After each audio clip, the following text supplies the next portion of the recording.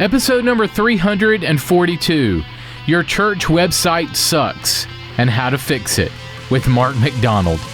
Let's do it. This is the definitive podcast for helping you plan, create, and execute dynamic worship experiences at your church. Useful, practical content in the areas of production, worship, communications, first impressions, and more. This is Making Sunday Happen. Hey guys, welcome to the podcast. This week's episode of the show is brought to you by our friends at Tithely, and I'll share with you more about their Tithely Next event in just a minute. They are a great company, great friends of mine, really helping resource the church in some very big ways. This week on the show, I welcome back my friend Mark MacDonald. Mark has become a great friend of mine over the last few years, those Canadians.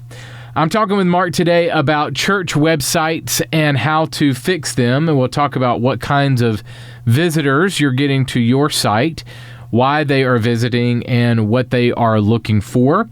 We're going to press into what makes a bad church website and some things that we can do to fix and improve them. We'll talk about the most visited pages on your church website, what calls to action should be on your website, and more. Deep dive into church websites today with Mark MacDonald.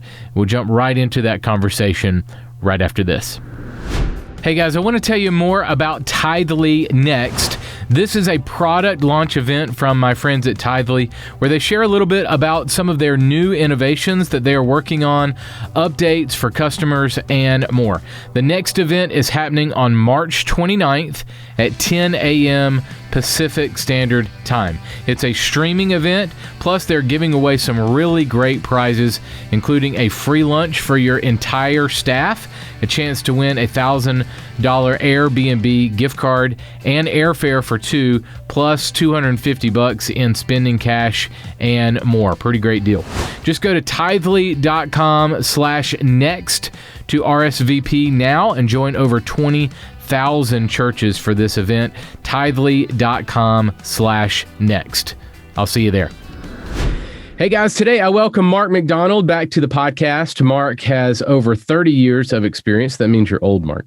As a former senior creative director of a large Canadian ad agency, he's been a director of communications, Bible teacher, and president of his own church branding agency. He's also the author of Be Known for Something, and I want to be known as a friend of Mark MacDonald. That's what I want to be known for. Well, consider it done, because I want to be considered a friend of Carl. Well, thank you, buddy. Man, I'm so glad to have you back. We probably hadn't hung out in a few months. We were in, Dallas maybe together last year? Sure. That's where it was. The thing is I don't remember.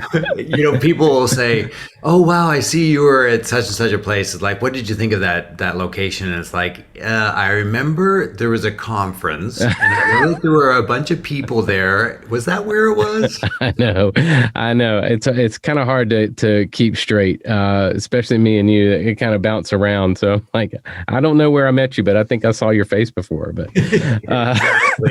and you know what? It's so funny because in our world, oftentimes, I do mystery visits where I go into a church, and I'm always amazed at how unfriendly churches can be.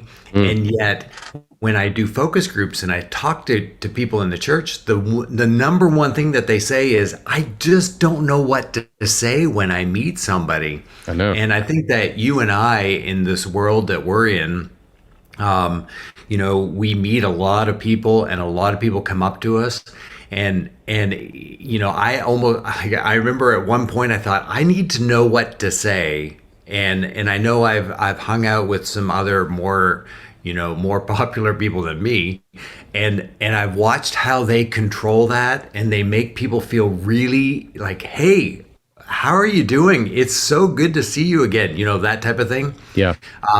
Or like in the church world, just controlling that message to be able for people to understand. Don't say, hey, are you new? Because that's like a stupid thing. It would be like me saying, Yeah, I don't think we've ever met before. Well, that's just setting me up for disaster. So instead, Right. it's kind of, it's that whole thing of, you know what? I know that we've met, and that's a whole lot better, because if they say, I don't know whether we have, and it's like, well, you look familiar, Yeah. and then like you just continue on, but everybody needs to have it. So one thing I've tried to do, and me and your buddy. So who knows if we'll get to the content that we had planned for today. But I'll try my best, and sometimes I don't get to this, but is make a notebook, is have like a little sketch pad or my notes on my phone of, this is what this person looked like, and this is what we talked about, just like one or two little sentences, so I can go back to it. Because business cards, that doesn't work anymore, because you walk home with the stack of business cards and you're like, I don't remember that conversation because I had That's for sure. And the thing is if anyone follows me on social media, which everyone should be following me on social media, Mark Mac 1023. And if you follow, I take an awful lot of selfies. And I usually try to take selfies with people, and what they don't realize is that the moment that I get back, I go through those selfies and I put them into the contacts, so that I put their name, put their contact picture, so that it's the visual wrapper that goes around somebody. So if I ever see them again, if we're thinking, what was their name? And then I go to their name and it's like, yeah, that's the person. So yeah, good. That's great, man. All right, so tie in with what we're going to talk about today. Does it tie in? Actually ties in from what we're going to talk about today. Well, I'll let you bring it in here. So I want to talk about websites. So I think last time I had you on, we talked about branding and being known for something, and that's your core, the name of your book. And but what I want to chat about today is websites. So you counsel with a lot of churches and do kind of website evaluations and things like that. So kind of give me an overview of what you've seen over the last couple of years, and kind of how you work with churches with improving their website. Well, websites are just so critical. And to tie in what we just talked about, that visual wrapper for a lot of people, and especially during COVID, that digital wrapper is your website that's wrapped around your church. And a lot of people know a church based on their website more than they even know when they walk through the doors. And so I don't want to get too far ahead, but oftentimes, people almost see it as two distinct entities, that you have your website and then you have your church building or your church campus. And we spend a ton of money on our church campus just to make sure that everything is perfect and right. Well, at least we hope so. On the church website, oftentimes we just don't spend as much time. There's so many times that I'll talk to a pastor and I'll mention something that's on the website, and he's like, well, it's kind of embarrassing, but I haven't been to the website and what he should be saying is for years, because most pastors don't ever go to their website. And that's where we have to make sure that an outsider can do it almost instantly. That's why it's so great when I get to, do a mystery visit, and then I get to look at a website and I pull the two together to say, okay, so the signage that I saw on your website versus the signage that I saw when I'm on campus, I mean, there's what we call a brand disconnect. And as soon as there's a brand disconnect, it raises so many questions that it's sometimes hard to get somebody to engage with a website because it's not what they had experienced when they were on campus, or vice versa. How do you see the website? So do you see it as, and this kind of can tie into the online worship experience as a whole, but do you see it as another campus of the church? Do you see the website as the new welcome center where it is a path to get them in the building? Do you see online taking over the in-person? How does that kind of sit with you? Yes, all of the above. And so, a lot of times I hear, well, your website is the front door of your church. And in some sense it is, but the problem that I oftentimes face when I'm wrestling with the tensions that happen, I mean, somebody, especially during COVID, can attend your church on a website, and that's all the church that they know, and it becomes their church. So yes, it is their campus. I get to travel a lot. I get to go to a lot of campuses for fairly large churches. When I go into one of their smaller campuses, I say I've gone to that church. I don't say I only went to a smaller campus that wasn't like that big, wasn't the big church. Well, in the same sense, when somebody has experienced your online church service, whether it's live or whether it's been pre-recorded, they believe that they've gone to church. So I think that it's a disservice to them to call it, oh, well, you really didn't come to church because you really need to come to our campus in order to go to church. All of that stuff, especially during COVID, has somewhat been toned down, or it should have been toned down. It would be like, Carl, you and I we've talked an awful lot via, digital devices. And then when we finally got together, it was different, but we kind of picked up where we left off. And for me to say, well, we're not really friends because we haven't been in person, it feels very old school. Right. Yeah. How do you feel about making sure that people let's get into specifics. How can people find the information that they're looking for on a church website? Simply, quick, easy? What's your take on that? Yeah, so I think that we probably should go back. I know that I started down this path and then changed my answer, which is very typical of Mark MacDonald. But that whole idea of the website being the front door of your church, oftentimes I think that we get into our heads that your website is really intended for people who need to find out a little bit more about your church and then go to church. And I think that what we need to make sure, close to the beginning of this conversation, is that you really have two audiences, which adds to the complexity of your church. So you have an internal audience and an external audience. I like to say internal is your congregation and external is community. And so your congregation should utilize your website differently than what your community does. A lot of times when we talk about the website being the front door to our church, we're really thinking, okay, well, the community is so important to the community. So your number one audience for your website is your community, which is not the case. I would love the fact if your community was waking up every day going, oh man, I need to Google the church down the road so that I can experience what that church is like. Like, that would be just awesome. But for the most part, 85-90% of the people who come to your church website will be people who have already experienced your brand somewhere.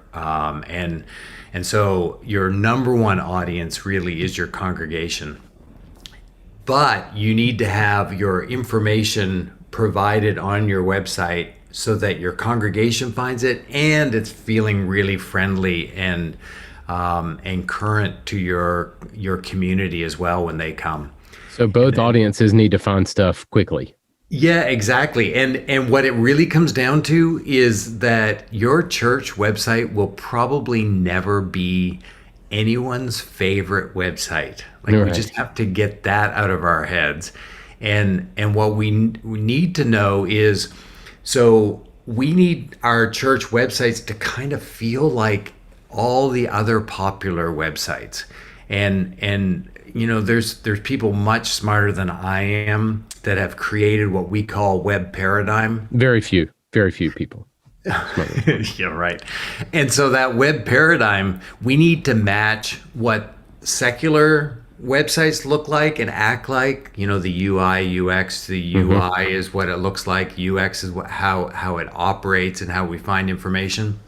So we have to copy the popular websites of our day rather than trying to copy another church website. I mean, it really needs to be a web paradigm that they're actively using. And all you have to do is just Google, top websites in America, and like some of them I will not recommend at all, but it's pretty scary when you see how, what the popular websites are, and they're really simple, they're easy to get around, and I mean, they put us to shame.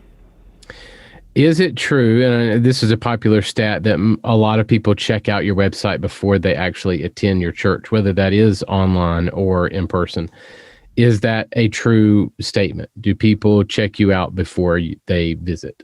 Absolutely. So a lot of people, and I say this statement, the statistic all the time, that 85 to 90% of the people will go to your website before attending your church for the first time. And in some sense, that's a great stat, but the stat that is probably more sobering is how many people go to your website and decide not to go to your church after going to the website.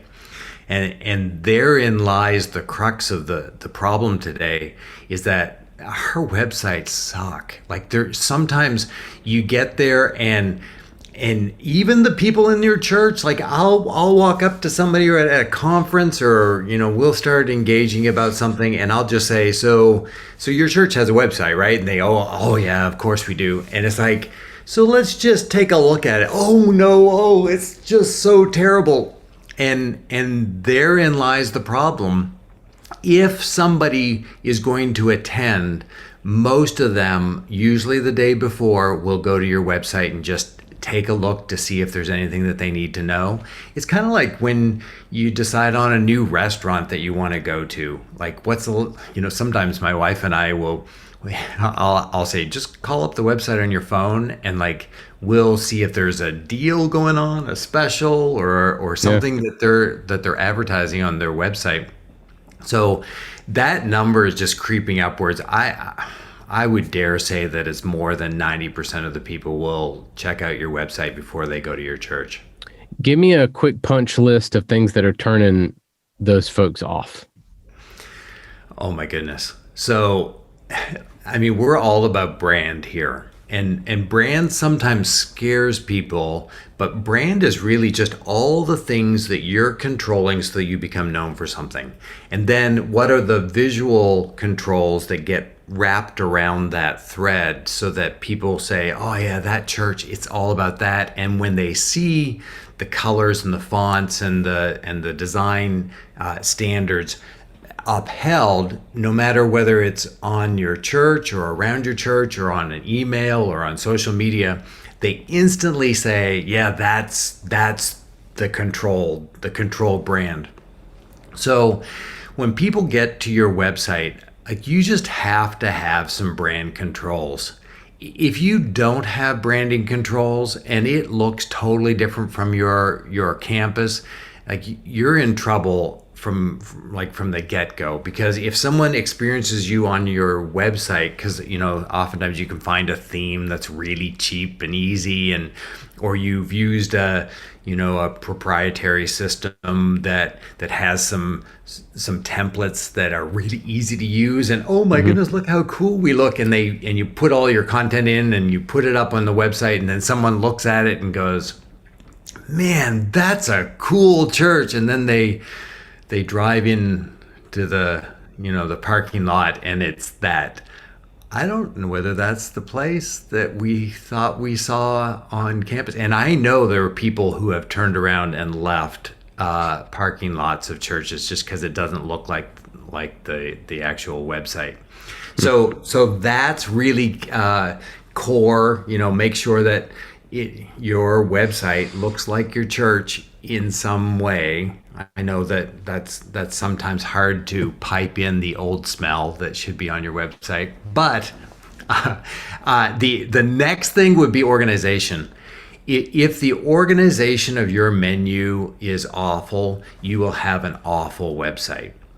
So that, I mean, those two things, I mean, we could talk probably for the next hour about, making sure that you have a clear cut, focused brand guide that just talks about all the things that we've chosen to do a certain way, and then make sure that your organization matches your thread, or allows, like if you have something that becomes your positioning statement, your thread, your tagline, people should say, wow, I need that.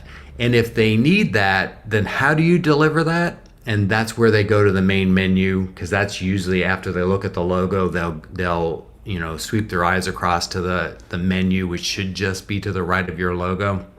And they should be able to say, oh, there's how they do it, and then find everything really easily. Because what the sad truth is that you will spend, if you're in charge of your website, church website, you will spend more time on that website than anybody else.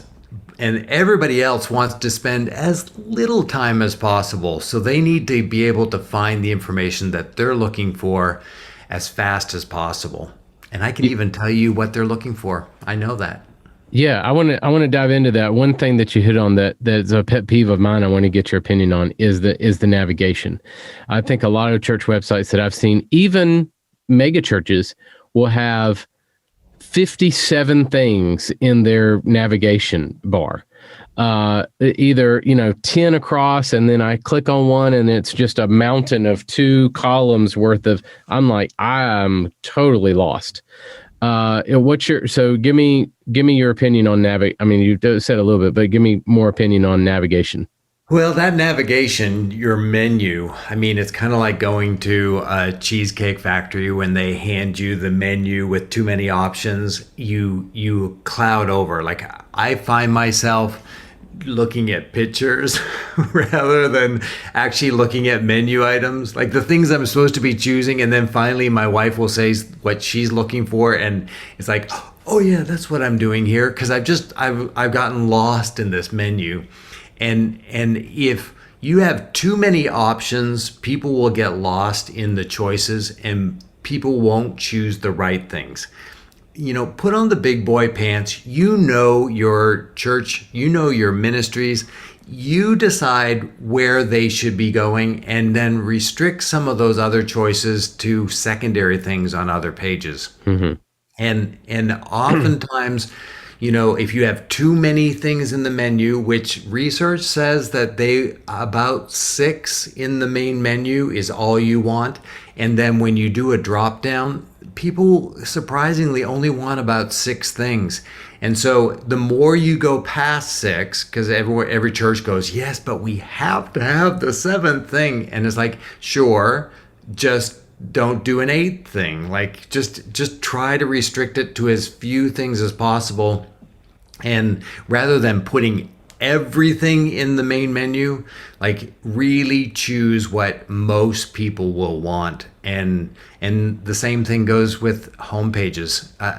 During COVID, like, every pastor has decided, oh my goodness, people aren't going to certain place, or someone's complaining they can't find something, so just put it on the homepage. And now that COVID is somewhat over, we need to go back to our home pages and remove some of the Post-it notes that have just been stuck all over that. It's as bad as a church bulletin board for a lot of churches. All right, so let's go back. Let me ask you directly, what are people looking for? Okay, so you have your 2 audiences.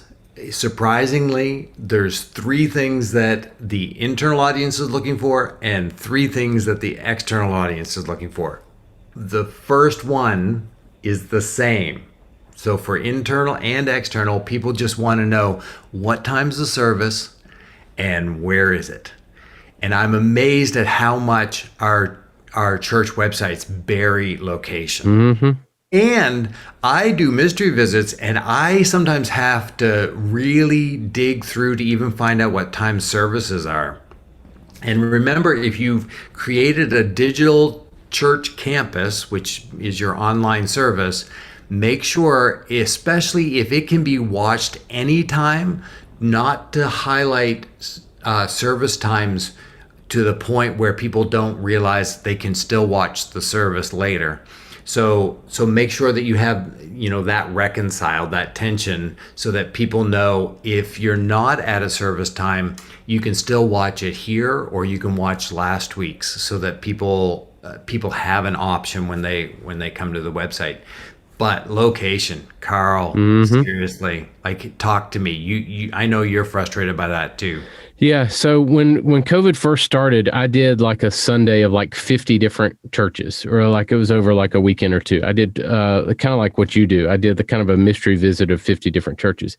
And I was amazed. And this was a time where we were a couple of months in where nobody's meeting in person.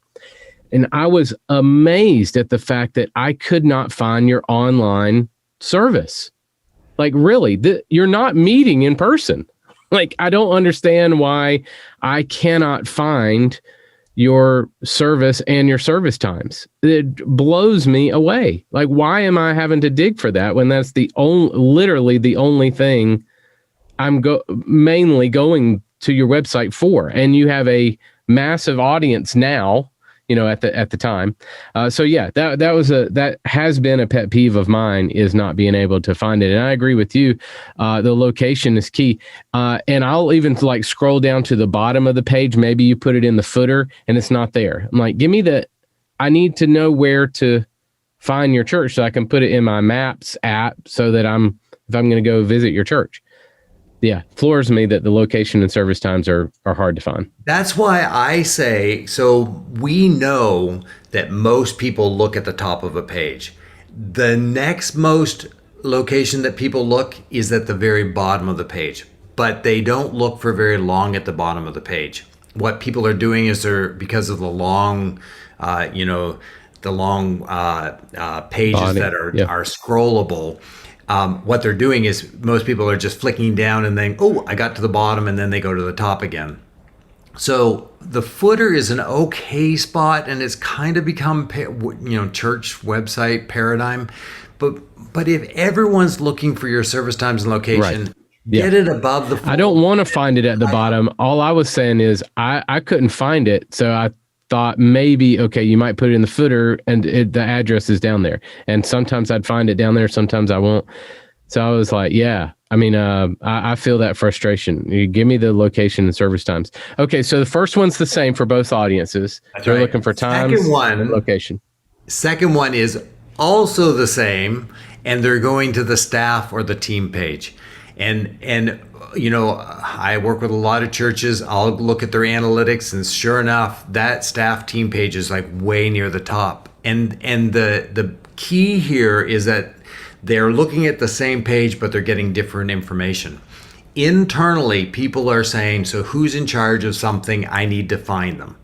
So in some sense, if you list your staff or your team in alphabetical order of their last name, people aren't coming knowing their last name. They're looking for their, what do they do? So it would be better for you to highlight that this is a student pastor, this is the kids pastor, this is the person in charge of whatever. So that becomes the number one thing. And then what you want to do is you want to make sure that there's a way to contact them.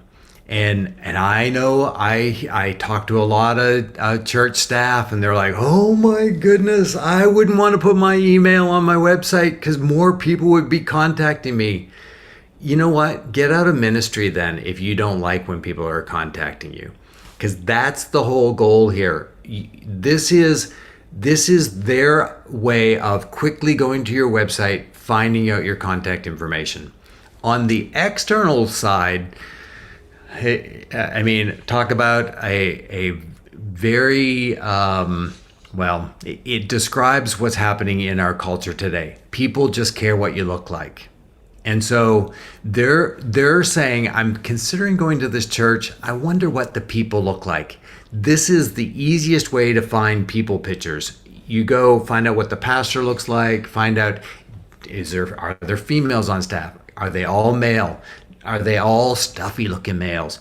Are they all people who got dressed sometime in the 1970s? Because I've been there. I know I've looked at those staff pictures, and they're awful. And so I would just really make sure, because they don't care who's in charge of what, unless they're, if I have kids, I want to know what that the kids pastor looks like. I would leave my children with them.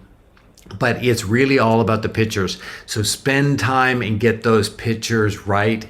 Make sure that people are wearing clothes that they can purchase today.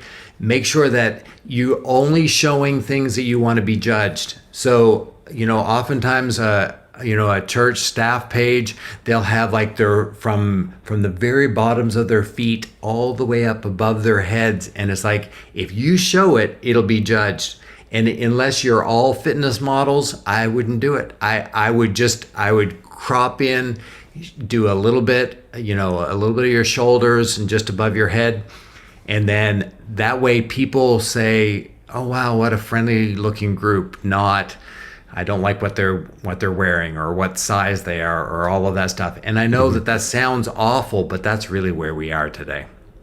All right. So give me the third. Is the third one the same? Third one is not the same. So internal, and this is where we get, totally different. So the staff team page needs to be easily found, usually under the about menu of the main menu. And the internal group, the third most required thing is events or a calendar. So make sure, and I would make it right in your main menu, whether it's called events. And I know a lot of people bristle at that. We're more than a church of events. We do ministries and we get fellowship and whatever. Then call it calendar if you want. People need to be able to find out what's going on, what's in it for them. Then when you look at external group, so, events and calendar, very, very critical. Maybe we want to talk a little bit more about that. But on the external group, what they're going to do is they're going to go to the about page or the new page, new question mark. All they want to know is, if there's no denomination in the name, what type of church are you? What do you believe? Tell me a little bit about the church. And do not go into the history of the church and all the stuff that no one really cares about, except for somebody in your church. So I didn't want to get in trouble. If I say anything that makes you bristle, email Carl. Okay, so I'll filter it. There's a whole but all they want to know is like the big things, like tell me a very quick overview of what you guys are known for, what my experience is going to be like, what I should wear, repeat the times and location, give options. Wait, where should my kids go? How do I find out all that information? So it's just a really big, broad strokes about area. Tell me how important it is to change out my content regularly. So that's kind of a loaded question. Yes, change it out regularly if it needs to be changed out regularly. Right. So there's dynamic information and there's static information. Dynamic is stuff that you change in one area of your CMS, and then it just magically changes throughout your website. Static is a page like the about page that you pretty much you type it into your CMS, and then it just appears and it stays that way until somebody else changes it. Most times, make sure that the static information isn't going to change on a regular basis, but allow the dynamic to make changes for you, so that you're not overly working and going in and right. struggling with things. Meaning like if it's a Christmas event, make sure that it's scheduled in your CMS whether it rolls off on December 26th. That's what you mean by that. Yes. Oh my goodness. There is nothing worse than old content on your website. Right now, when we're recording this is the new year. And there's a whole bunch of church copyrights at the bottom that if someone scrolls to the bottom of your page right now, it says the old year. Like there's actual code that will change that when the calendar changes, and you need to use that. That's a dynamic thing rather than having to go in and statically change those things. Yeah, good. All right, let me try to bounce around and hit on a couple of things in our last couple minutes together. We talked about the staff or team page and the calendar page. Tell me about calls to action, whether that's buttons or text. What should I be doing on my, or asking people to do on my website? So again, I keep saying, put on the big boy pants. You know your church a whole lot better than anybody else knows your church. We've all been there where we've gone to, a physical location and we've said, you know what, I think I need this widget. It seems like this is broken. And that really great staff person goes, you know what, you probably do need that widget, but it's going to get broken again. You really need this, because they know the product a whole lot better than I know the product. Well, you know the product, your church product, so much better, so that if you read a page, it's like, so where would you like to lead them next? And those CTAs, the call to actions, is really just being able to say, okay, I know that if you're looking at the children's page, you're probably wondering about our security. So take them to the security area, or take them to an action where they have a response. Similar to, a church service, oftentimes, there'll be a really dynamic speaker who's just really calling the congregation to make a decision. Well, if at the end of the sermon, he doesn't say, so are you ready to make that decision? It's like sometimes there's so many lost opportunities where God and the Holy Spirit can really use what's been said in order to motivate to an action. And what we need to realize is that on each one of our pages, everyone finishes a page with the same question, and it's, so what? So what can I do with this? What's in it for me? And somebody has to figure out what is that action, and then make sure that you create a really easy way to get to that action.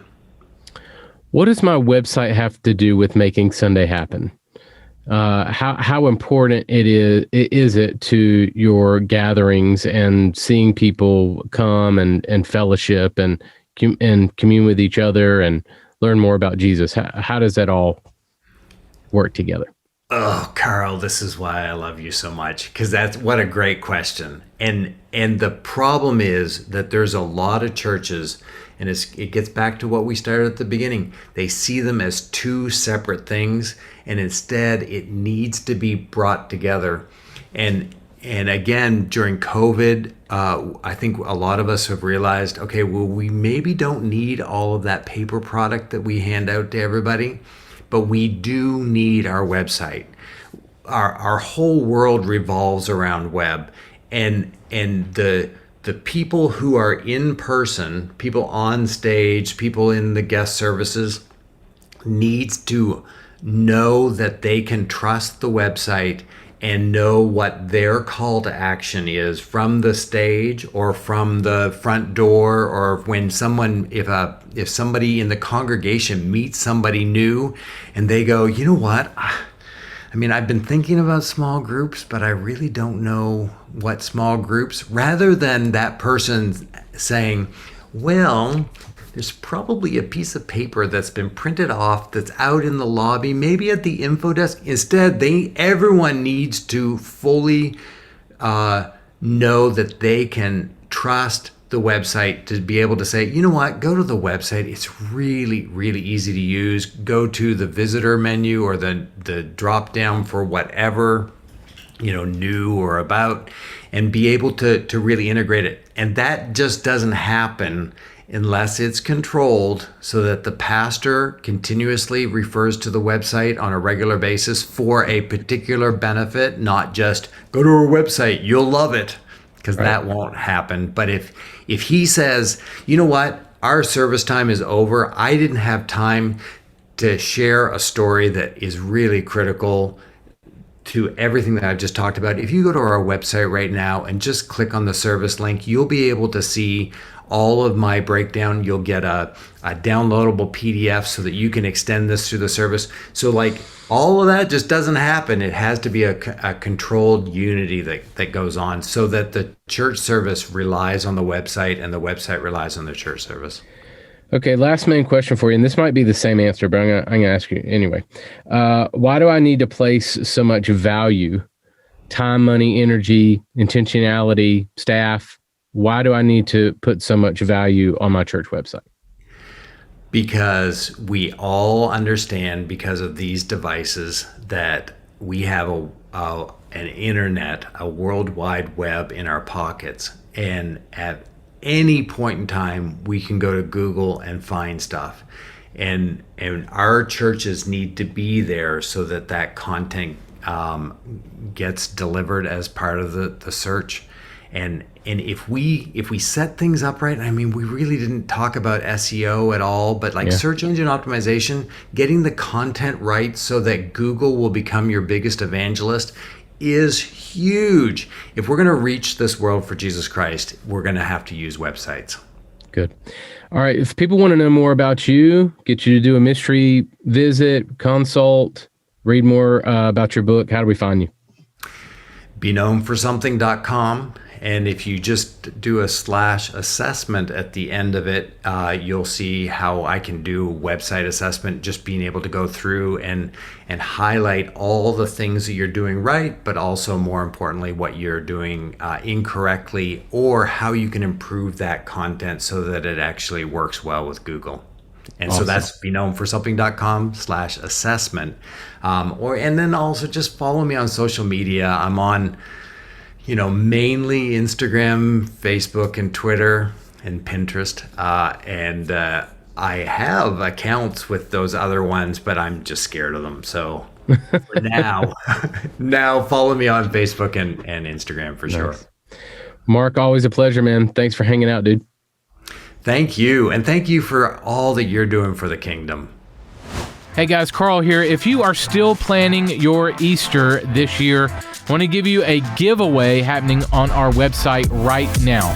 We are giving away some free Easter title graphics from our Easter Volume 4 service pack. Really cool design. Free Easter graphics for your church. Just go to 1230.media/EasterFree and add the graphics to your cart. Use the code EasterFree22 to make them free. Again, 1230.media/EasterFree. And once you add those title graphics to your cart, just use the code EasterFree22, EasterFree22 at checkout to make them completely free. The show notes for this episode are available now at MakingSundayHappen.com. Hey guys, be sure to subscribe to our YouTube channel. You can just search 1230 Media or Making Sunday Happen on YouTube to find us.